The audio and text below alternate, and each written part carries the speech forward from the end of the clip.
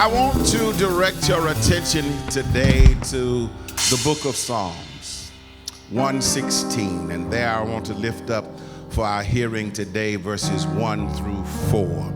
Psalm 116, verses 1 through 4. The text reads thusly: I love the Lord because he has heard my voice and my supplications. Because he inclined his ear to me, therefore I will call on him as long as I live. The snares of death encompass me, the pangs of Sheol laid hold on me. I suffered distress and anguish. Then I called on the name of the Lord. O Lord, I pray, save my life. Thus ends the reading of the word. Amen. I want to talk just for a few fleeting moments from the subject. That's my story, and I'm sticking to it. That's my story, and I'm sticking to it. If you have been observing the news lately, you will quickly come to recognition that there is a certain newly elected congressman from the state of New York that has found himself in a great deal of hot water. He has gotten in trouble with both Republicans and Democrats. And the reason that he is in such a deep, profound dilemma is because his story is always changing.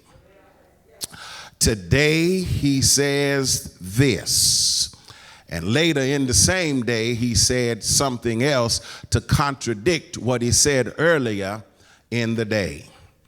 There's always something that is evolving and changing about his story. So much so that we have very little sense of what he believes because we cannot really get a glimpse of who he is. His story keeps changing. And part of the reason I would submit to you, beloved, that the story is always contradicting itself and changing is because there is a deep need in many of us to make ourselves appear to be more than what we are, and also to be seen and heard. The underlying assumption is that if you were to meet the real me, I would be so uninteresting, so disengaging, so unlikable that you really wouldn't believe who I am and what I am about.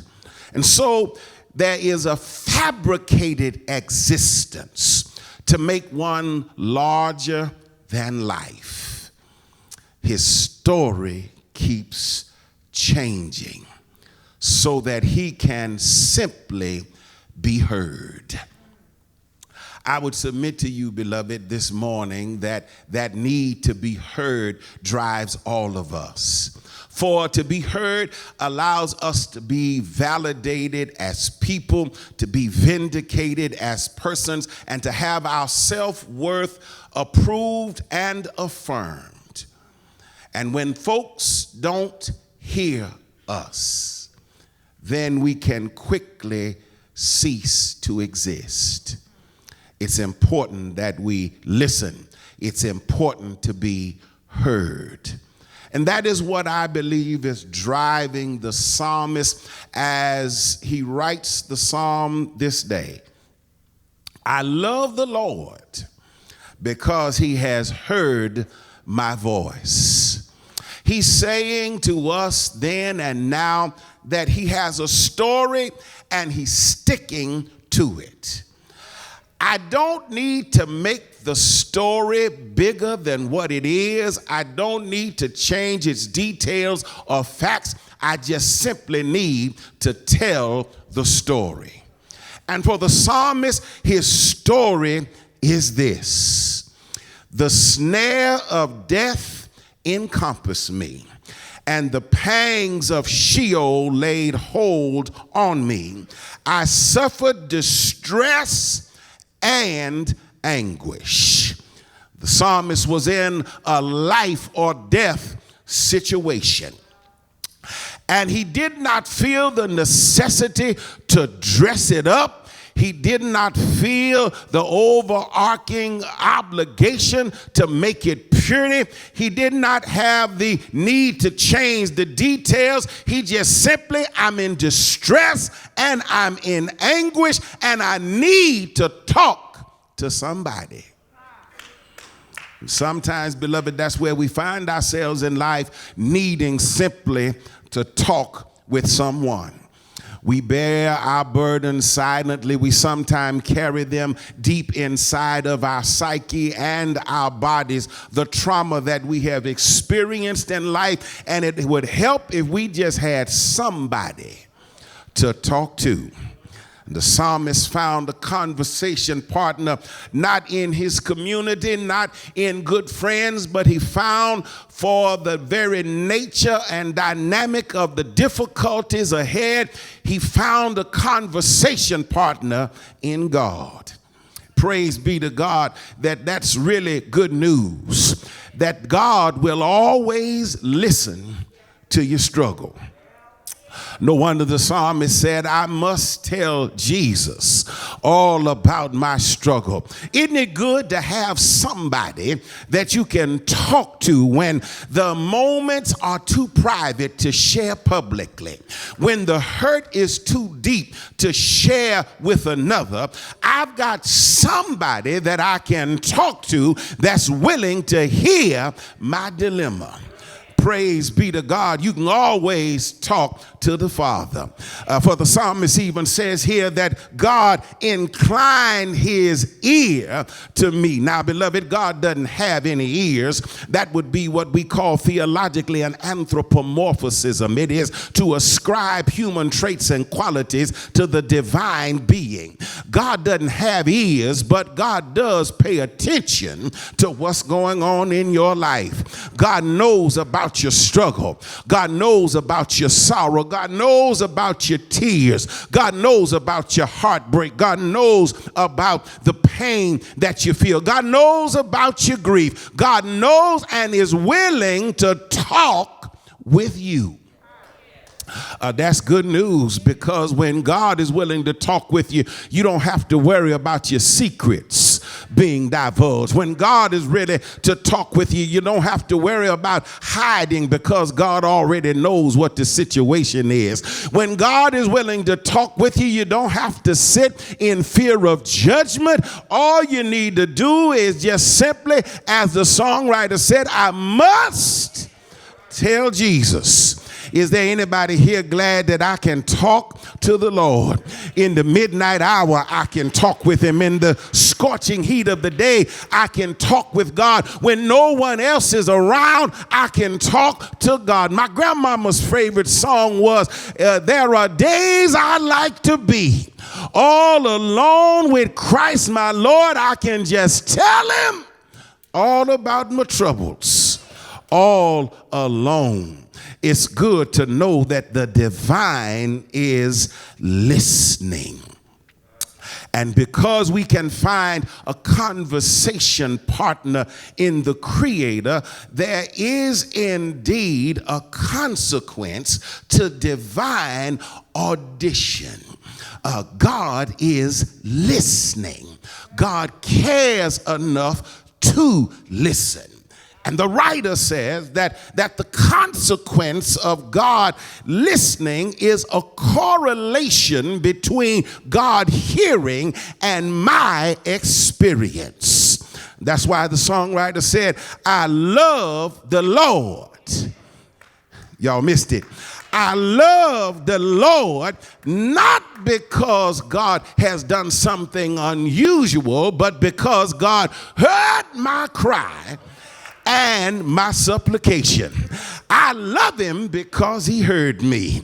That is the correlation between a listening God. When God hears me, it precipitates from me one of the deepest emotions that there is available to the human holy dynamic. I love God. Y'all ain't feeling me? And the text is rather interesting in the Hebrew rendering. It just simply says, I love. It does not supply an object for which commentators and translators have supplied. The Hebrew just simply says, I love. The context would suggest that the writer is talking about God, and so they supplied the Lord. But the rendering, absolute rendering of the Hebrew just simply says, I love.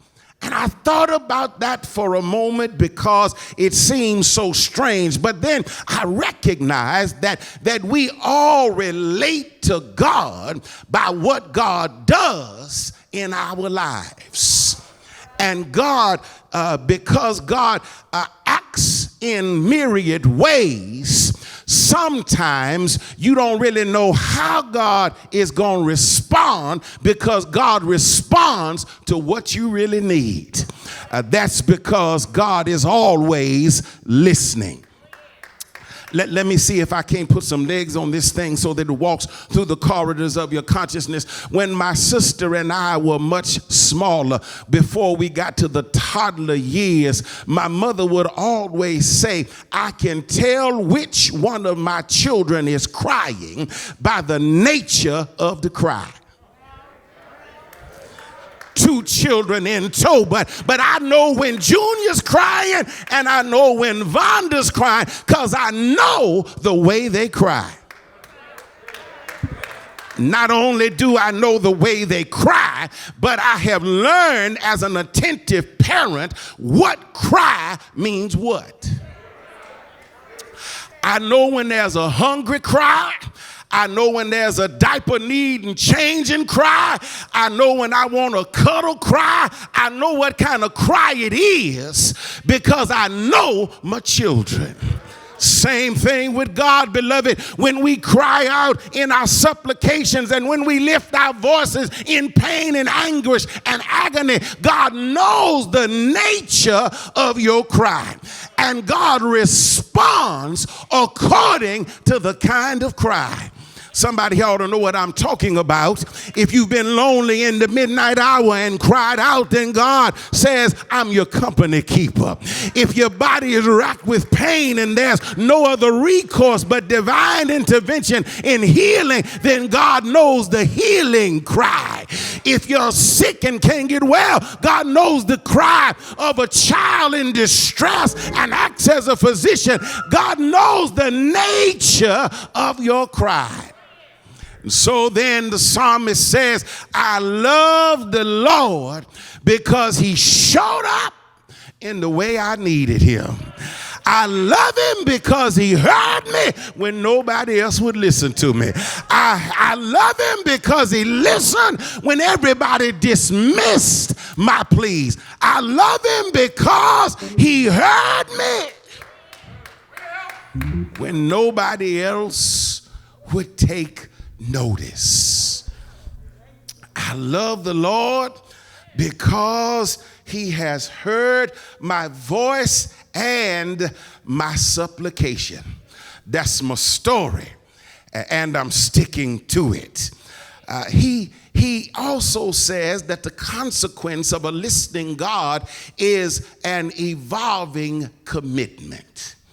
Notice here, he says, the snares of death encompassed me, the pangs of Sheol laid hold on me. I suffered distress and anguish.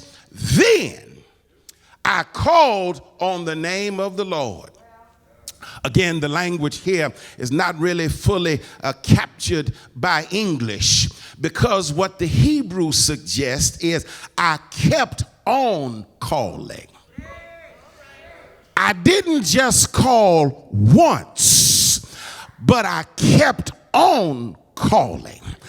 I I didn't just pray one single solitary time, but I prayed and called on the Lord until I got an answer.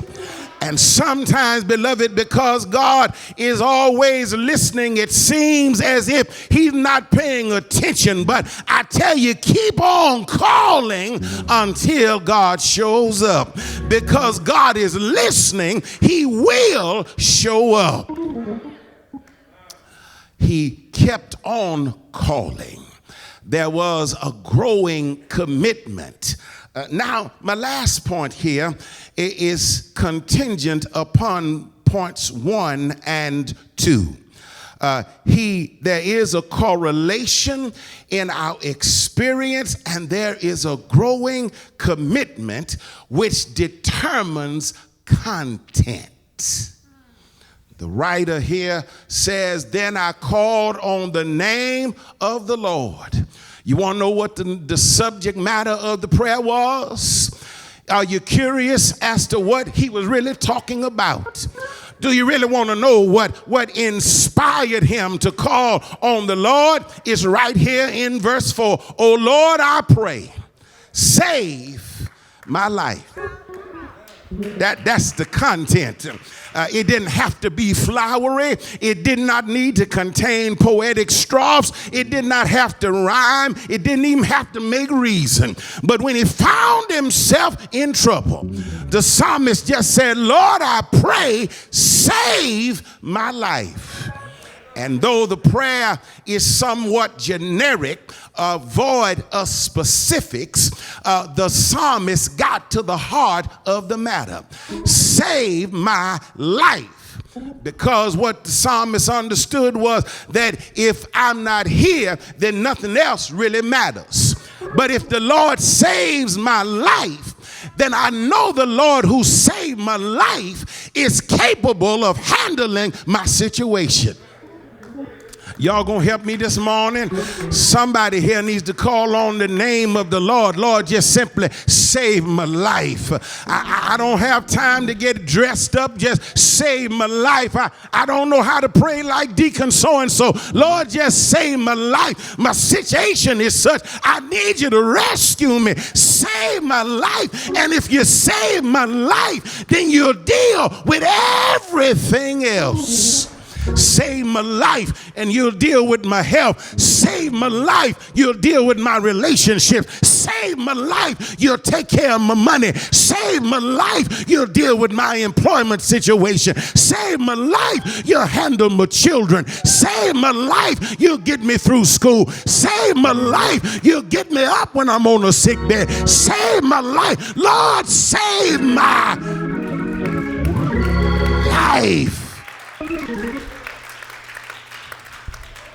Save my life. It seems somewhat generic, but it is at the heart of the matter. For if God can save life, then God can handle every other situation. Lord, save my life, I pray. That is the psalmist's testimony. Save my life. I love the Lord because he heard my voice and my supplications.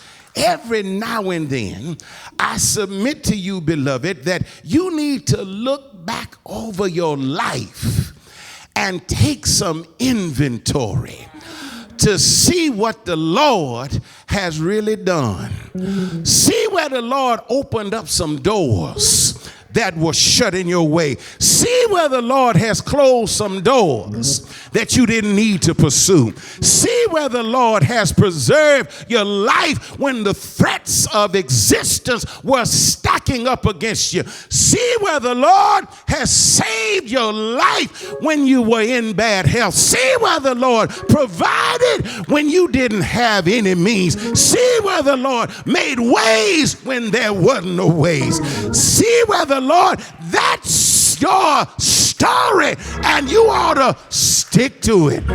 Don't be like Santos and change your story. For at the basis of our story is not the desire to get somewhere, it is the desire to connect to a who. I'm staying with my story because I'm not trying to get a position or power, but I want to know the one with all power. I'm trying to get connected to God, and it's in my testimony that I see the Lord moving here and there, near and far. It's in my testimony that I see God rising in the morning and I see him at the setting of the sun. It's in my testimony that I realize he watches over me and takes care of me and assumes responsibility for me. It's in my testimony that I can't do anything but give him honor, praise, and glory, because I can't take responsibility for the mountains that I've hurdled. I cannot take responsibility for the rivers that I've crossed. I cannot take responsibility for the successes that I've made. But if it had not been for the Lord, God did it. And that's somebody's testimony here today. You could have been dead and sleeping in your grave, but God did it. You ought not be where you are, but God did it. You ought not have the job that you have, but God did it. You ought not be as secure as you are, but God did it. You ought not be sitting upright, but God did it. Is there anybody here that wants to testify? He did it. Oh, to him our own. God did it. He's made ways out of no ways. God did it. Because he lives, I can face tomorrow. God did it. He'll watch over you day and night. God did it.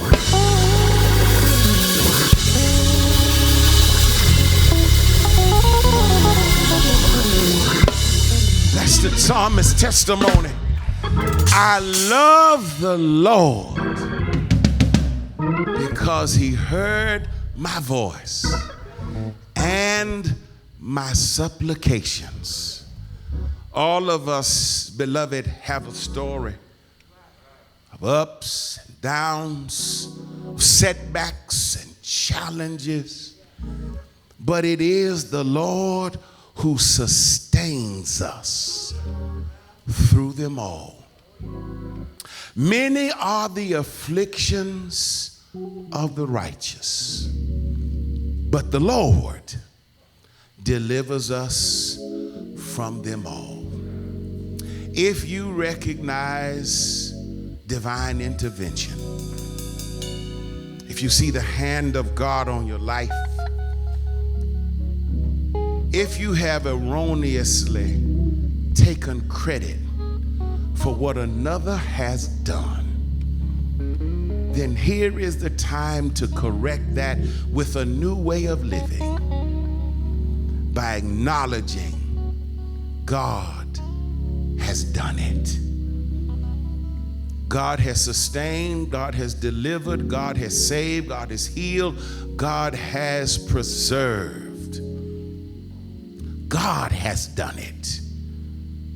And I love the Lord because God did it. If you got a story to tell today, if you got a love language that needs expression in confession, here is your opportunity to tell God and the world, God, I just thank you. I love you because you did it. Because you heard me in my moment of anguish and agony. If there is one today that wants to demonstrate that love for God publicly, we invite you to come down the aisle. For those of you who may be online in this moment, we encourage you to take advantage of the number that you see at the bottom of the screen. Call into the church. There's someone waiting to hear your testimony. And at the basis of every testimony, regardless of its convolutions, its distortions, or its details, there is the common denominator that it is God and God alone who has kept us in the midst of every storm. So if you are here today, virtually or in person, now is the moment to share your story and tell God, Lord, I love you for keeping me. And no one else could have kept me the way you have kept me. We extend now the invitation to Christian discipleship. If there are those who would desire to come, this is your opportunity. For those of you who have prayer requests, you can put those in the chat and we will pray for them momentarily. The hour of decision is upon us. What will you do? Who will you choose to give attribution for the sustenance of your life? The invitation is extended. Whomsoever will, let him or her come.